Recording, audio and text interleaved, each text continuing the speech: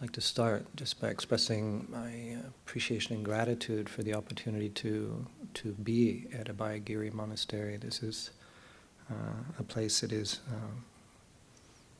incredibly precious to me, and just the warm welcome that I always receive when I come here, and the immediate permission that I've always received when I've made a request to come. Spaciousness, oftentimes I'm not quite sure exactly when I'm going to be here, and people are just so accommodating, and so the whole community, not just the resident community, but also the guests and people who come here frequently. It's lovely to be here.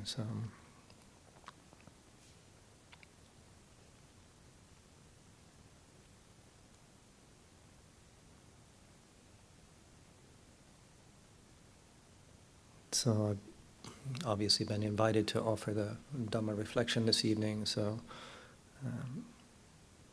please just take it as that. This is just a reflection. This is just share according to how I understand things at this moment in time, and also in response to things I've just been hearing here. So just 2 or 3 hours ago at tea time, I sat in on the Q&A, also yesterday, and also hearing the questions that are being asked, where people's interests are, where their focus is.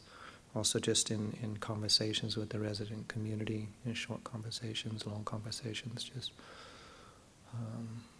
so that I can, hopefully say something that could potentially be useful for someone. But as I said, this is a reflection.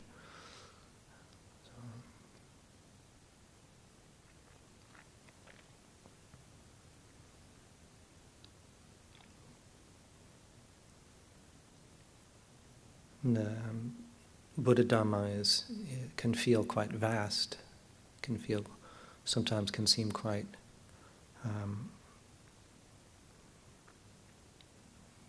almost daunting to try and understand, and then we also have the varying opinions about it, presentations of it, and it can sometimes be confusing. You might hear somebody say one thing, or somebody say something differently, speaking on the same topic. Maybe somebody using different translation of a Pali scriptural word. And we have an opportunity right there to either be confused by it or take it as an opportunity, to use that as an opportunity.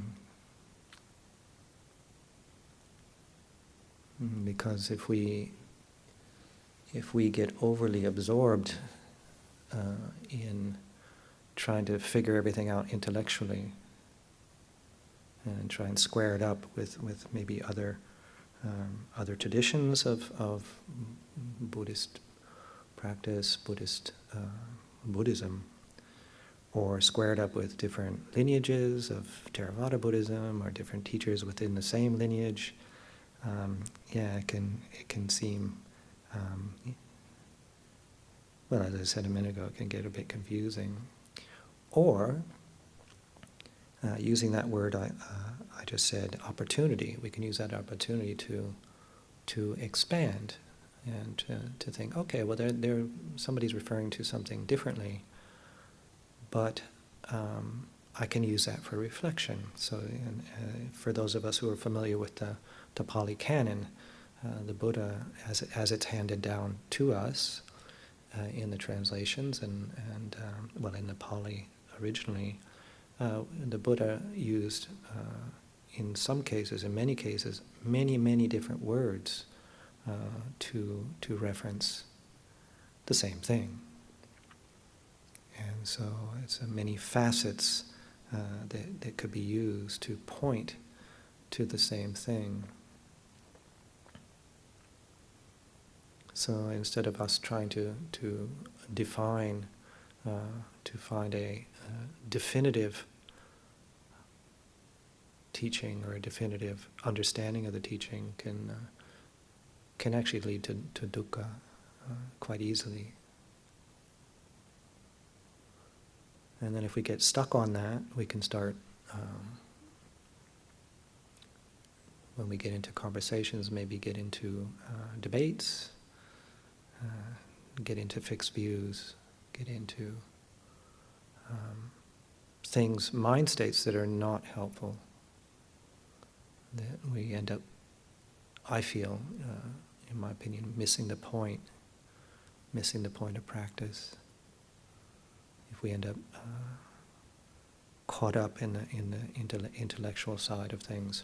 However, it's not that we should ignore intellectual understanding of Buddha Dhamma. I feel it's fundamental. Now, this word fundamental, foundational, we need a solid foundation. So I was reflecting this evening while we were sitting, that, this building, it has a very, very solid foundation. I would come and go over the years while this building was being built, as many of us, either living here or living locally or visiting, saw the foundations were put in very carefully, very strong. This is earthquake country. These are big foundations, solid. And then the building got, the more or less solid bits got put on top. And the things that look maybe for most of us more interesting is the foundations. They were, because of the nature of the building projects, the foundations were there for a long time, some years, as I remember, just without any work being done. And, as foundations went, they were pretty handsome foundations, but not particularly interesting. Not like this hall. You see, it's beautiful wood, beautiful Buddha images that are inspiring, very suitable space. But without a foundation, this wouldn't be here. So if we just focus on this room here and take care of it and ignore the foundation, let's say, you have a wet winter, maybe there's some water undercutting your foundation, before long, before too many years, you have a building collapse because you haven't looked after the foundation. You focus on the externals or the things that more catch our attention. So I think you probably figured out where I'm going with this, is that this is the way I really relate to practice, is that to not, no matter how interesting it can get intellectually, it can, like the library here again, speaking about this building, just underneath this building, on the lower floor is this magnificent library. I haven't looked in there recently, but if it's like it was before, all the different traditions and books on also other faiths, other spiritual traditions are represented. And so there's a lot that we can get absorbed into. But we should keep an eye on the foundation, look after the foundation.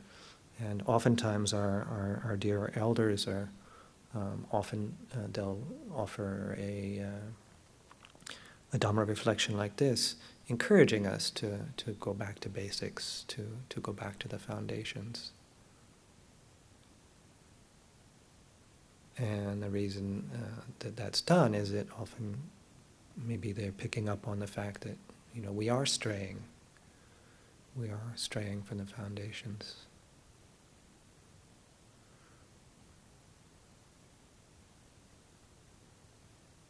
So I would suggest that we, instead of having to be pulled back to the foundations, that we never stray. And so keeping the root teachings, the heart teachings, or the heart of the teachings in mind, keeping it simple. This is a refrain that teachers that I've been associated with will often say, that keep it simple. Don't let ourselves get drawn outside of those root teachings, to understand them intellectually enough that we can use them for what I feel, what I understand they were meant for, and that is for reflection.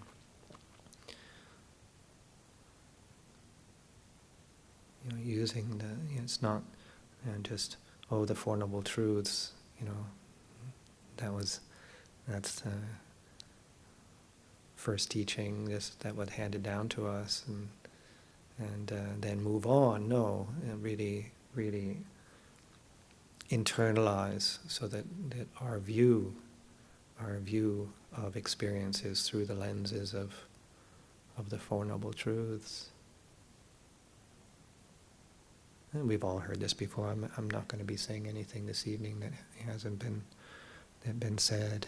These are just reminding ourselves, and I'm fully including myself in this. Do not lose sight. So, not lose sight of what practice is for. And so, but then that can get a bit tricky, because if we have an idea, or whatever idea we have of what the practice is for, that if that's fixed, because this is where a lot of us, and I include myself when I say this, a lot of us have had a lot of challenges, is that we think we know what the results should be. And we can think, how many times have I know in my first years, my practice is not going well, my practice is no good, it's not working. And how many people have I heard say that? Say after a long time.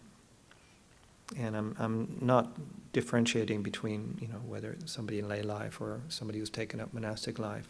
I'm just using the word people intentionally, because I've heard it in both settings.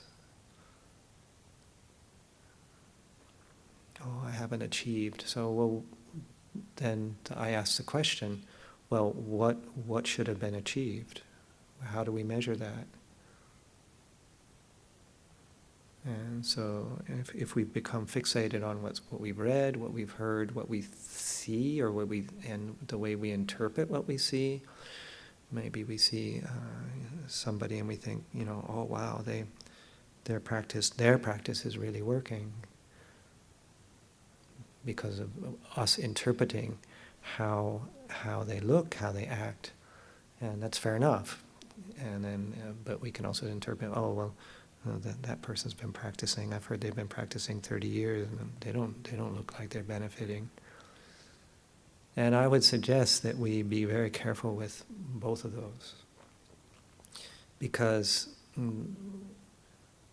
freedom or non-freedom, this is an experience of the heart and mind. And unless we can read somebody's heart and mind, and I certainly can't. And I don't want to, actually. We need to be very, very cautious how we interpret other people and their inner world.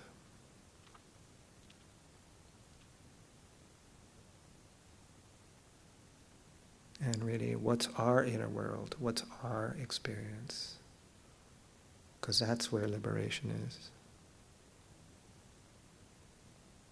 And sometimes it's been said that, that sounds selfish, that looking after our own inner world, if it's considered too much focused on ourselves. But I think for all of us who have experienced the opportunity to spend time with people who are really at peace,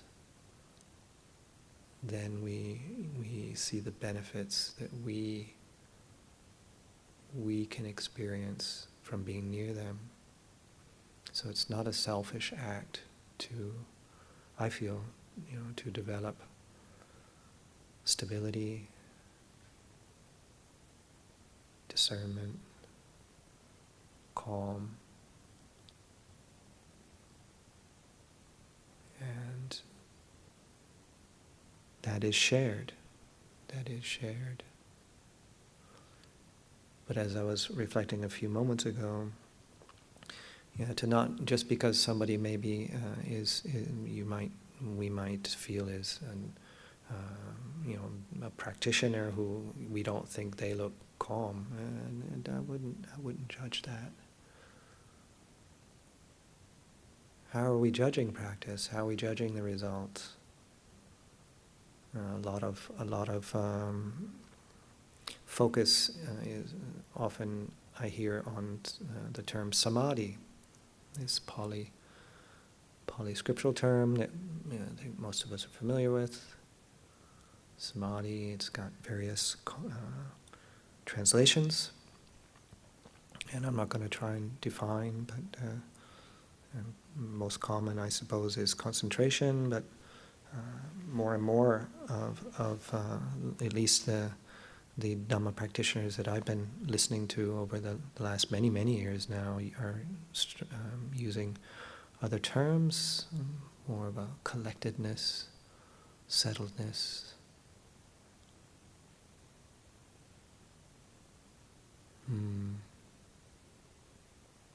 So if we judge our practice by, my samadhi, I mean, I hear this a lot, my samadhi, I don't have samadhi. Or I know I turned up at one monastery years ago in another country, and somebody came up and said, "How's your samadhi?" I was like, none of your business. I didn't say that, but I was kind of taken aback, sort of. Where was that? I mean, I'd only just met this person, how's your samadhi? So I didn't really answer, because I thought, and also I didn't know. I don't think about it. I don't think about how my samadhi is.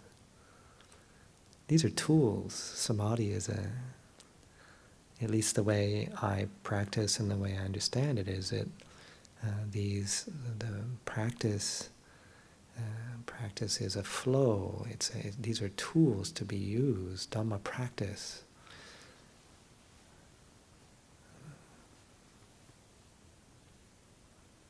So to use collectedness, to use calm, to use clarity,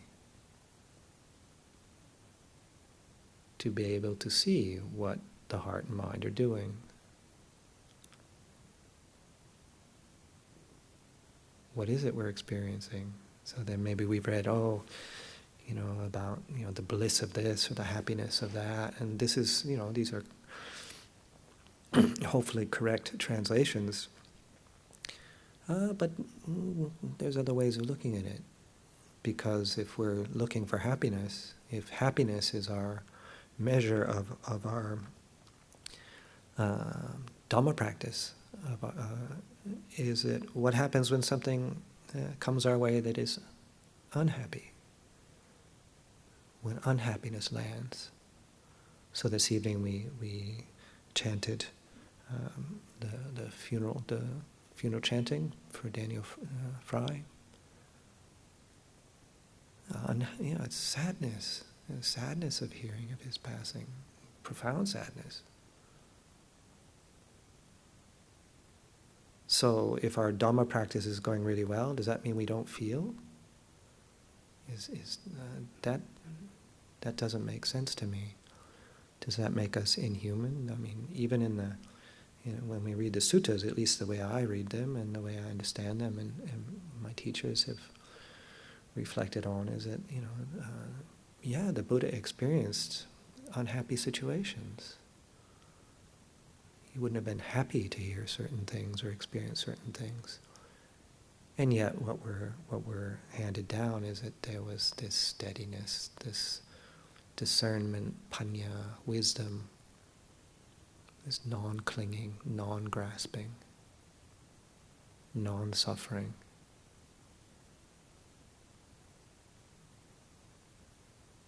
But if we're, here again, if we, just to repeat, if we pick up on the word happiness, or any of these terms, and hold on to them, cling to them, grasp them, and then we try to measure it against our own experience. It's natural. It's natural that we do this. And in some cases, to a certain degree, it might be useful. But this having an idea, expectations are, at least in my own life, expectations are a great big seed for disappointment and suffering.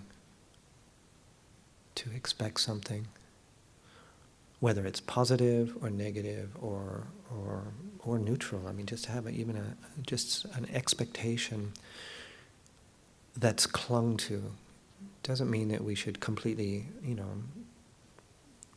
never, ever, ever have an expectation of something. But when we hold to that, and I just remembered, when I asked to come here 21 years ago to be considered to take up the training, the Anagarika training, and I was living in England, and I wrote to Ajahn Pasno, Ajahn Amro. It was when they were still cohabits, and I got back. I emailed them, and I got back an email, and Lumpur Pasano, he replied, and the way I remember it is that he wrote back. He said, "Yes, you have a place to come and stay as a guest and see how it goes, see if it's suitable to take the training." And he said, "You've been around the Sangha for a long time, both in England and here.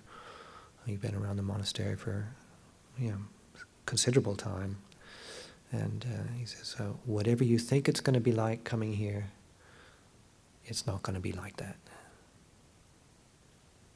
Whatever you think it's going to be like, it won't be." And so I remember those words. I really reflected on that, and I've applied that to every significant change or major experience in particular, but also that to keep that open heart. So if we place expectations on our practice, I've been practicing so long, I should have achieved this, or they should have achieved that, or what are we looking for? What are we expecting?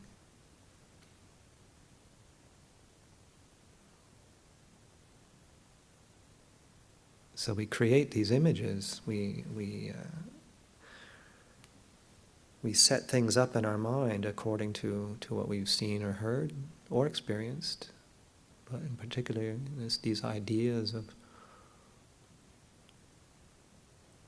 what good result is. I'm not happy all the time. Well, how can we be happy all the time? But can we be content? So, contentment. So, at ease with the way things are.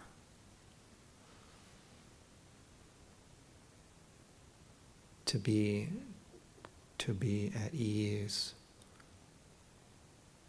To be at peace with the way things are. To be at peace when things are not peaceful. What if things are all going wrong? Sometimes just causes and conditions. Things are not going the way we want. We all know that. But can we be at ease? It doesn't mean we just, throw our arms back and take our hands off the steering wheel. No. We can shape things. We can, put in effort, put in right effort, wholesome effort, to steer things in a good way. But there's only so much that we can do. So if we're just trying to make things the way we want them, the way that suit us, our preferences, fulfill all of that, get our quote-unquote our practice, if we, I think, overly objectify our practice, I feel that sometimes we turn it too much into a thing, my practice. I tend to, when I catch myself doing that, I try to try and loosen that up and say, I'm practicing, turn it into a verb instead of a noun. A verb, so it's a flow, it's action, it's responsive, using the foundational teachings, never losing sight of the real foundational practices, developing mindfulness, utilizing mindfulness, but not measuring it. Oh, I'm not mindful enough. That's fixed on something which is typically not helpful. But keep practicing. Doesn't mean stop practicing. Like this evening we sat for however long it was. And by the way, is there a clock anywhere? Just so I don't...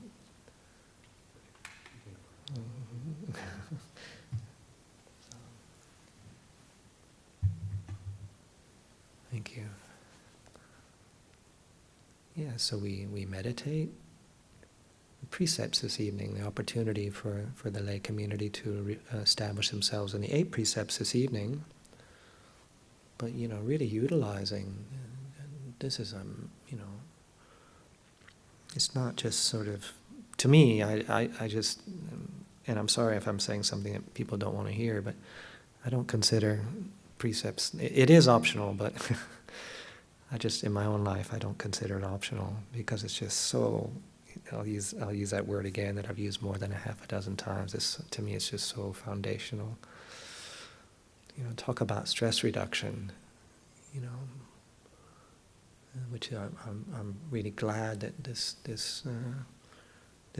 practices of mindfulness-based stress reduction and related practices have spread around the world.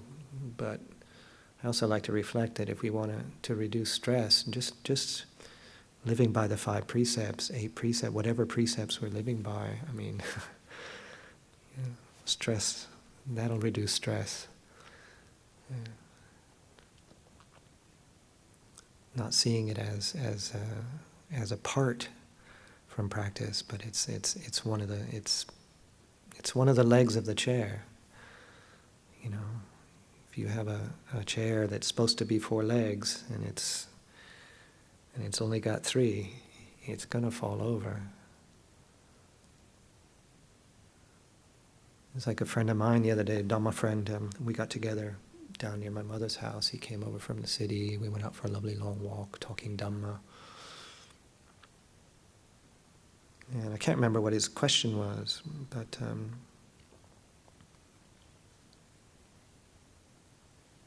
I think it was just around, it was around communal harmony, in particular around in monastic community. And we were talking about the different, different people. And in Europe, our monastery, especially in Britain, where I live, wow, I don't know how many different nationalities we have now in the monastery, at least 8 or 9. Sometimes it's more, sometimes it's as many as 12 or 13 different nationalities, and really different conditioning, really different ages, everything from people in their 20s to people in their 80s. And this friend of mine asked, how is communal harmony maintained with all that diversity? And my immediate answer was, because our the commonality is apart from being a human being, which is obvious, but our common shared focus there is Dhamma Vinaya. So Dhamma being the teachings, the way I was referring to it then, Dhamma teachings, and Vinaya as in the precepts. So not trying to line up our cultural conditioning, not trying to line up, how we view things according to our, what era we were born in. Are we boomers? Are we Gen Z? Or I don't know what the different ones are. I can't keep track. Not getting caught up in that, just recognizing, acknowledging, respecting. As long as if our behavior is in line with Dhamma Vinaya, and then diversity can be incredibly useful. Now going back to the theme of practice, I would suggest that we be, I'll use another word that I've used this evening, be circumspect about the variety of practices that we pick up. Not to shy away, but to just be circumspect, to be attentive to how much and how diverse, because it can spin us out if we, it can become too much, too diverse, we can confuse ourselves. And listening to elders that I've had the privilege to spend time with over these years, and it's interesting because at least my perception is that they keep it really simple.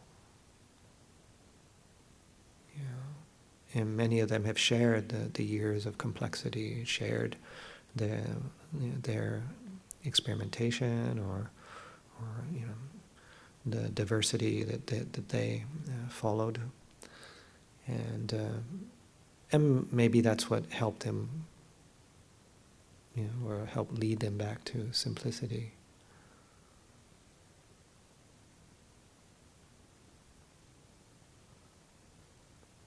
We have a strong foundation. If we understand how to use these teachings, how to use the practices that have been made available to us, that are available to us,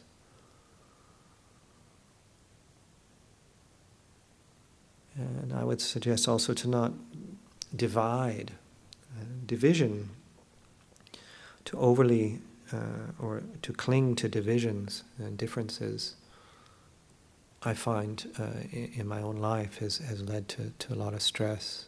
And I'm using that translation of dukkha when I use the word stress right now.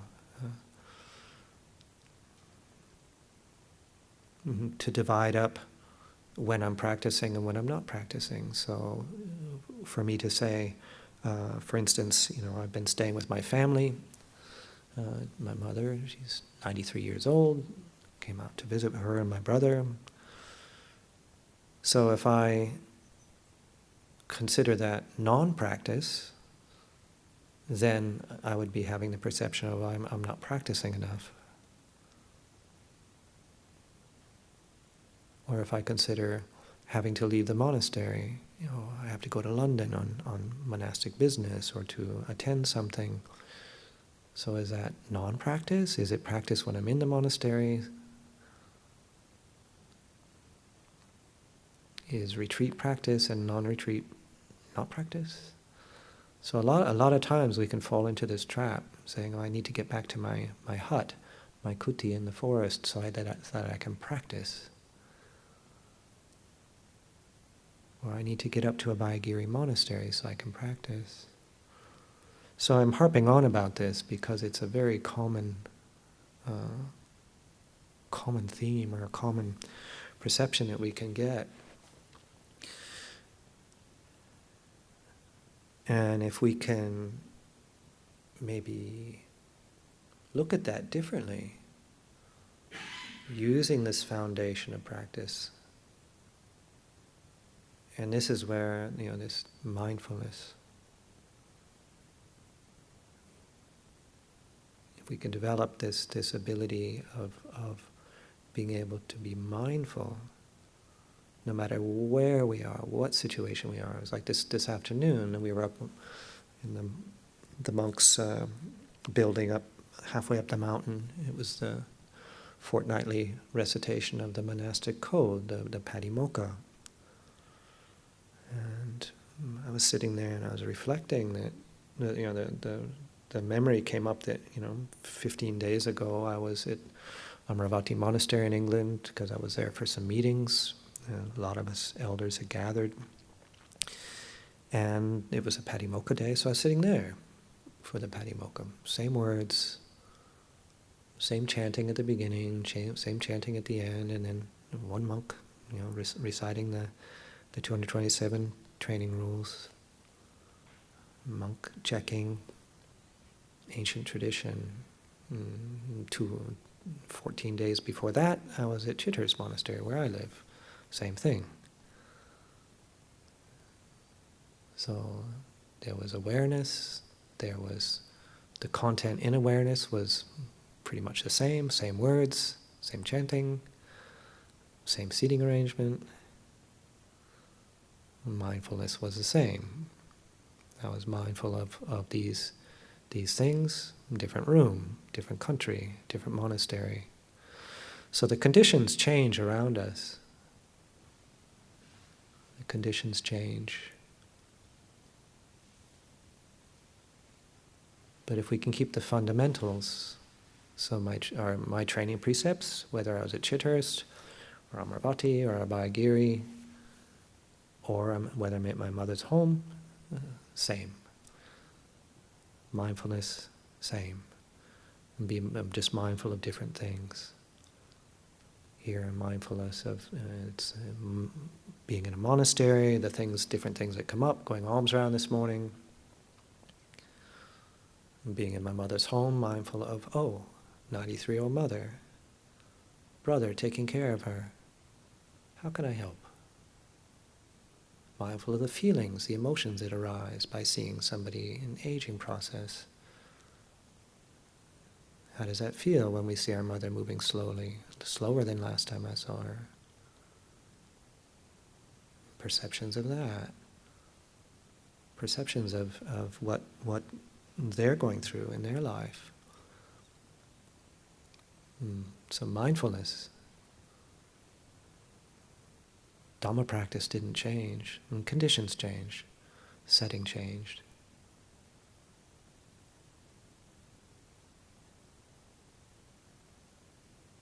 Certain perceptions came up that are pleasant, some were unpleasant. I don't like seeing my mother in pain, having her, difficult for her to get out of her chair and to shuffle to the kitchen. Yeah, it doesn't bring up happiness. But can we be okay? Can we be at peace with what perceptions come to the mind? Do we need to be stressed, and do we need to suffer? Do I have to be here, to the delight of being in the monastery, to be with my brother monks, seeing lay friends that I've known for years, seeing faces turn up at the monastery, turn up out on alms round. The delight of that. So delightful things arise and cease in our mindfulness, our consciousness, our awareness. Unpleasant things arise. When I heard the news of dear Daniel, it's pain arising and ceasing in consciousness. Now this might sound dry. It's not dry. We have hearts, we're human, we're sense beings. We've got 6 senses: eyes, ears, nose, tongue, body, and intellect. And for those of us who still have all of those faculties functioning, we're going to have this incredible array of things coming into consciousness. So when we read about the Buddha's enlightenment, he didn't go blind, he didn't go deaf. His brain didn't shut down, he didn't stop thinking. Fully functioning, 45 years, wandering, teaching, engaging. Pleasant things came his way, unpleasant things came his way. And he kept teaching, kept teaching us so that we can be aware and mindful and discerning all the time. In the monastery, out of the monastery, down here in the cloister, up in the forest, on Bindabat, alms round, listening to Patimokkha, always being aware of what we're feeling, always being aware of what we're thinking, always developing this ability to not cling, to not grasp. Not grasp it, all the things that we've read. Use what we've read, use what we've heard. Reflect. It's good. I'm really touched at these daily Q&As here. People are asking really good questions. It's good to ask questions, but to really reflect. To really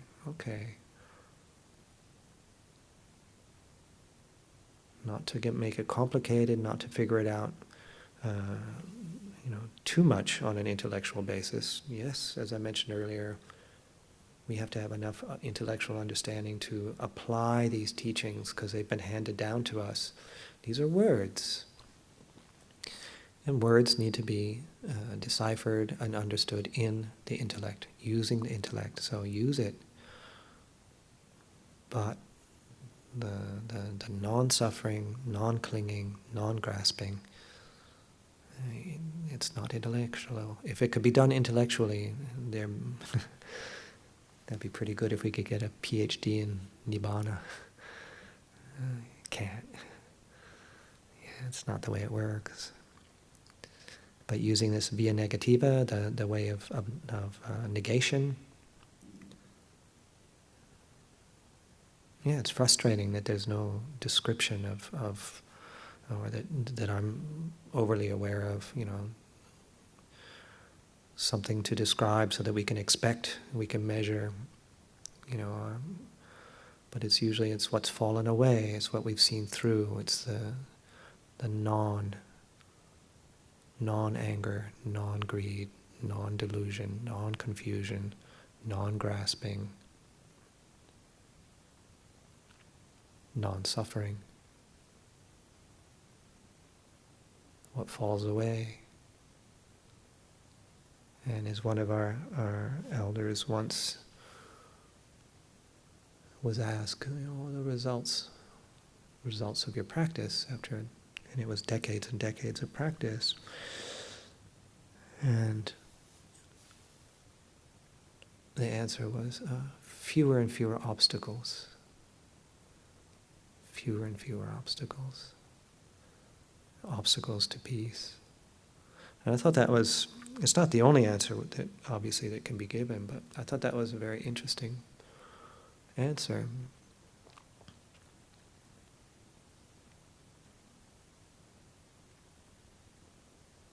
Fewer things getting in the way to contentment, to peace, to well-being.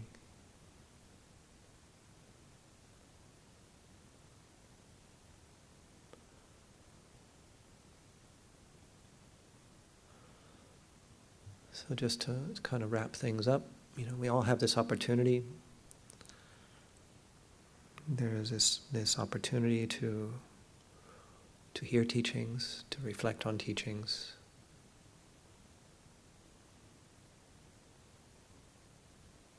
And we've got choices. We've got choices, and not everybody has these opportunities. But let's I encourage all of us to use the foundational teachings, to not lose sight of them, not get overly absorbed in comparing, trying to figure things out, and getting caught in the things that don't lead to peace, don't lead to contentment.